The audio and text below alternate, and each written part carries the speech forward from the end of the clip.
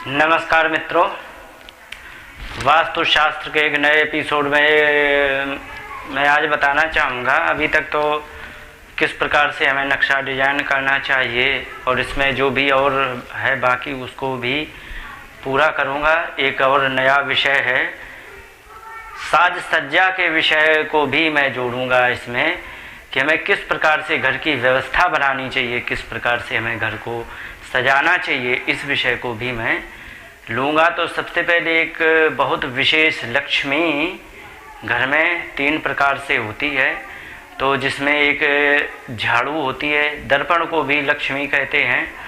तो ये जो झाड़ू हमारे लिए लक्ष्मी के रूप में होती है, तो इसकी हमें कहाँ रखनी चाहिए, क्या इसकी सावधानियाँ, अन्यथा हमें बहुत ज़्यादा परेशानी होती है और लोग इस बारे में समझ नहीं पाते। जैसे कि कोई व्यक्ति है तो वो क्या है कि वो दुख भी पाता रहता है और वो समझ भी नहीं पाता आखिर समस्या निकल कहाँ से रही है। तो उससे क्या है कि व्यक्ति दुखी भी होता रहता है, वो अपना उपाय भी नहीं ढूंढ पाता है, उसमें क्या समस्या है, कहाँ से दिक्कत आ रही, ये बातें वो जान नहीं पाता है। तो इसलिए आज मैं बताना चाहूँगा कि जो झाड़ू होती है इसको हम कहाँ रखें। तो सबसे बढ़िया स्थान होता है झाड़ू का वायव्य क्षेत्र।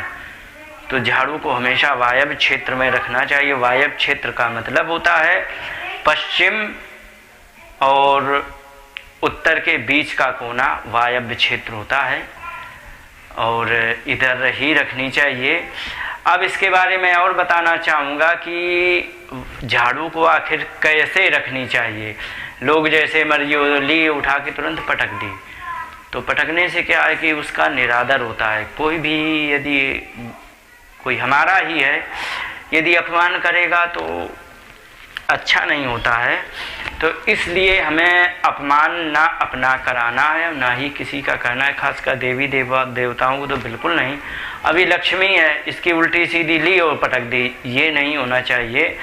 इसका हिसाब ये है कि उसको सीधी ही रखनी चाहिए। अब सीधी कैसी होती है इसके बारे में भी बता दूं कि झाड़ू का मुख किधर होता है। मुख जिस तरफ हम पकड़ते हैं, जो हैंडल क्षेत्र होता है जहाँ से हम पकड़ते हैं, वो झाड़ू का मुख क्षेत्र होता है। और जिधर से सींकें फैली हुई होती हैं और वो जब हम करते हैं तो धूल मिट्टी जिधर से साफ करती है वो पैर क्षेत्र होता है। तो मुझे चाहिए है कि उस झाड़ू को कभी भी हम उल्टी ना रखें। कहते कि अरे वो सींग टूट जाएंगी, ये टूट जाएगी, कोई बात नहीं, उसके टूटने ना टूटने से कुछ नहीं। अगर जो तुमने उल्टी रख दी तो इससे बहुत सारी तकलीफ़ें ये आएंगी कि उस घर में लक्ष्मी टिकती नहीं है।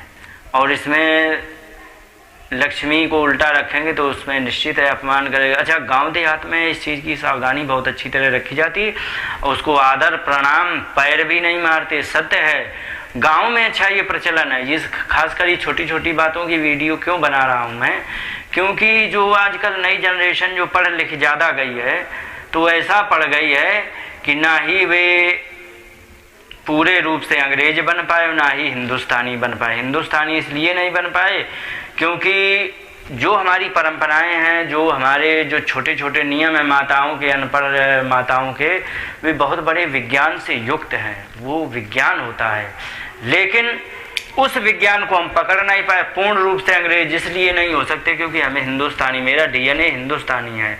हम अंग्रेज हो ही नहीं सकते क्योंकि हम हिंदुस्तान में रह रहे। अंग्रेज इसलिए नहीं हो सकते क्योंकि हमारी प्रकृति पर्यावरण अलग है। अब अंग्रेज लोग क्या करते हैं, वो छोटा उदाहरण दे दूं, अंग्रेज लोग क्या करेंगे कि जिस दिन सूर्य अच्छे निकल के आते हैं, खूब खिल के निकलेंगे, खूब तेज चटक धूप से निकलेंगे, तो उस दिन क्या करेंगे ये अंग्रेज लोग, सभी लोग समुद्र के किनारे जा करके और रेत में केवल कच्छा पहन करके लौटते हैं। क्यों लौटते हैं, इसमें उनकी कोई गलती नहीं है। इसका रीजन मात्र एक ये है कि वहाँ पर एक तो सूर्य निकलते नहीं, और जब कभी निकले तो उसका सौभाग्य उन्हें बहुत कम प्राप्त होता था। वो पूरा उसका सौभाग्य लेने के लिए वे जाकर के, चूंकि रेत की एक विशेषता होती है, ठंडी और गर्म को बहुत जल्दी अपने आप में ऑब्जर्व कर लेती है।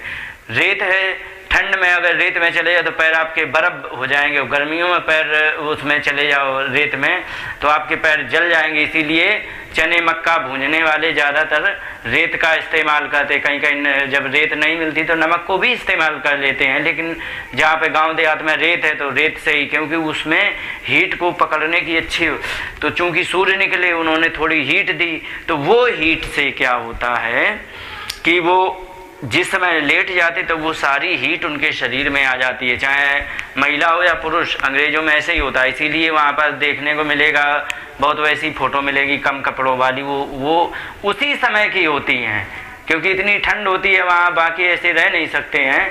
तो कई एक क्षेत्र देश ऐसे हैं, तो इसलिए अब जो मैं मूल बात कहने वाला था, यहाँ पर कोई नहीं लेटेगा आपको रेत के आगे लेटते आदमी औरत लेटते मिलेंगे। क्यों? क्योंकि उन्हें सूरज की गर्मी की आवश्यकता ही नहीं है, क्योंकि इतने सूर्य भगवान पर्याप्त मात्रा में हमें प्रतिदिन मिलते ही हैं। तो ये ऐसा होता है, तो इसलिए हम ना ही हिंदुस्तानी बचे ना ही अंग्रेज बने। अंग्रेज बनने के चक्कर में हिंदुस्तान की परंपराओं को भूल करके हम मूर्ख हो गए। तो ये गांव देहात में तो सब इन बातों का पालन किया जाता, लेकिन जब हम आते हैं शहरों की तरफ तो जो भी माताएं हैं तो इन नियमों को बिल्कुल नहीं जानती हैं। इसकी वजह से वे कोई ना कोई गलती करती रहती हैं, और जिसकी वजह से उन्हें दुख भी होता, तकलीफ होती है, सहते रहते हैं, पर पता ही नहीं लगता आखिर समस्या कहाँ से है। तो झाड़ू को हमेशा पैर के बल ही खड़ा करना चाहिए, जिस तरफ नीचे होती है वैसी खड़ी रखनी चाहिए, लेटा के भी नहीं रखें। लेटा के रखने से क्या है, हमेशा लक्ष्मी लेटी हुई रहेगी, तो वो भी आपके घर में लक्ष्मी ज़्यादा नहीं आ पाएगी। तो इसलिए झाड़ू को हमेशा सीधी रखें। और एक बात और बता दें, जैसे झाड़ू लगाते लगाते उसमें धूल कचरा हो गया, तो झाड़ू को कभी भी उसको लेकर के ऐसे जोर से दीवार पे या पर कहीं फर्श पे पटकनी नहीं चाहिए। अन्यथा आपने यदि झाड़ू को पटका तो आप ये जान लीजिए कि उसी दिन, जिस दिन पटका उसी दिन आपके घर में कलेश होने वाला है, और वो कलेश होगा ही। तो इसलिए कभी भी झाड़ू को पटके ना, अन्यथा कलेश पक्का होगा। और दूसरी बात है, जब वो झाड़ू आपकी घिसते घिसते छोटी हो जाए, आपके लिए उपयोग की ना रहे, तब उस झाड़ू को बड़े प्रेम और श्रद्धा के साथ उसको हम विसर्जित करें, ये सही रहता है। और झाड़ू को कभी भी झुक कर के झाड़ू ना लगाएं। जैसे झाड़ू ऐसे लिए और झुक कर के लगाएं, माने झाड़ू कभी झुक के लगानी पड़ती जब छोटे पड़ जाती, और छोटी पड़ गई तो उसे झुक कर के लगाना पड़ेगा। तो जब झाड़ू छोटी पड़ जाए तो उसमें ये है कि उस झाड़ू को आप विसर्जित करके और नई झाड़ू लाएं। अब नई झाड़ू लानी कब है, इसके बारे में भी मैं लगातार बता दूं। तो रविवार को लाई हुई झाड़ू आपके घर में लक्ष्मी को बहुत बढ़ाएगी, इसलिए आप रविवार को झाड़ू लाएं और रविवार को ही प्रारंभ करें। अब इसके बाद बता दूं कि ये झाड़ू जो होती है इसको बिल्कुल लक्ष्मी का स्वरूप माने। एक और विशेष आप अनुभव कर लेना, चाहे कैसा घर हो, खुरदरा हो, कच्चा हो, मिट्टी का हो। मिट्टी का मतलब ये है कि नीचे फर्श ना हो, मिट्टी के तो होते ही हैं, ईंट भी सब मिट्टी के, लेकिन फर्श यदि ना हो, टाइल नहीं है, घर गांव देहात में है, कैसे भी है, अगर जो आप घर में झाड़ू एक दिन नहीं लगाएंगे तो वो घर स्पष्ट प्रेत जैसा, प्रेत निवास जैसा आपको दिखाई पड़ेगा। अगर जो उसमें आप झाड़ू लगा दें, हल्की फुल्की लगा दें, वो घर की चमक, वो घर के एक पर्यावरण एक अलग हो जाता है। ये आप कभी भी अनुभव कर लेना। तो इसलिए झाड़ू लगाने का बहुत बड़ा महत्व होता है, ये है। तो कहने का मतलब लक्ष्मी, ये जो लक्ष्मी का रूप झाड़ू होती है, इसको आदर पूर्वक जिस समय हम घर से झाड़ू लगाते हैं तो हमारे घर में एक सफाई होती है, तो उसका प्रभाव अलग होता है। अब एक बात और बता दें, अब जैसे कि कोई लोग प्रश्न ये भी कर सकते हैं कि हमें तो मतलब तुमने सीधी बता दी कि सींक नीचे हत्था ऊपर होना चाहिए, लेकिन दुकानदार तो जैसी मर्जी होती वैसी भर देते हैं। तो इसका एक विकल्प ये है कि जब तक झाड़ू उपयोग में नहीं होती है तो वो झाड़ू हमेशा गर्भ की झाड़ू मानी जाती है। गर्भ की मतलब गर्भ के अंदर की झाड़ू, तो उस पर कोई नियम लागू नहीं होता। लेकिन आपने यदि एक भी दिन उपयोग कर ली तो आपकी उपयोग की झाड़ू हो गई, तो गर्भ से बाहर की झाड़ू हो गई, तो उस पर आपका नियम पूरा लगेगा कि आपको वो सीधी ही रखनी है। दुकानदार कैसी भी रखे उसे दोष नहीं लगेगा। लेकिन अगर जो आपने घर में अपनी उपयोग की हुई झाड़ू यदि उल्टी सीधी रख दी तो वो आपको तकलीफ देगा।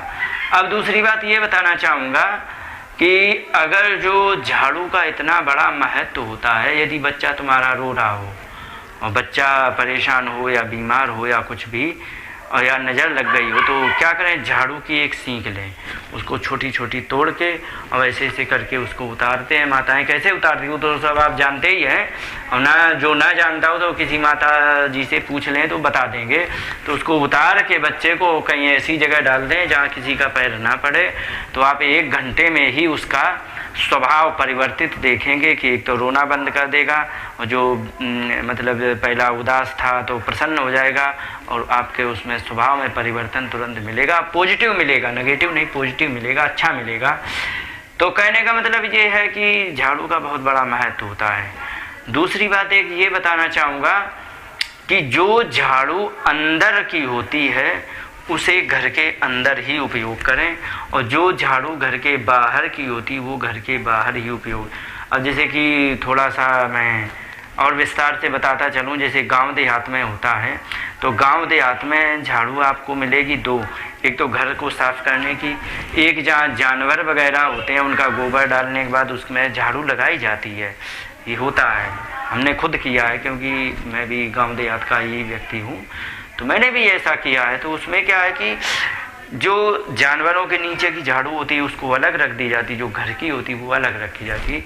तो ये दोनों झाड़ू ऐसा ना करें कि बाहर वाली भी अंदर ले जाएं या अंदर वाली भी बाहर लगा दें झाड़ू। इससे क्या है, इससे तुम्हारे बच्चे बिगड़ैल हो सकते हैं। इससे जो है ना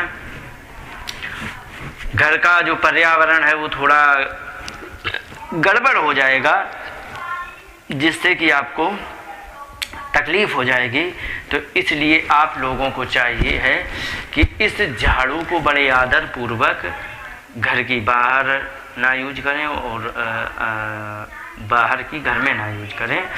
इस प्रकार से इन बातों का हम ध्यान रखेंगे तो हमारे घर में, विषय तो बहुत है और जो भी है तो बहुत लंबा विषय है, तो इस विषय में जो भी हमें अपडेट मिलते रहेंगे और मैं उनको सबको बताता रहूँगा।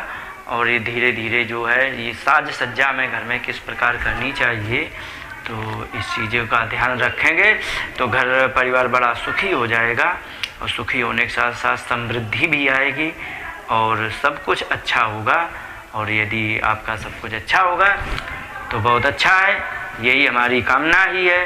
तो इन्हीं शब्दों के साथ बात को विराम देते हुए नमस्कार, जय हिंद।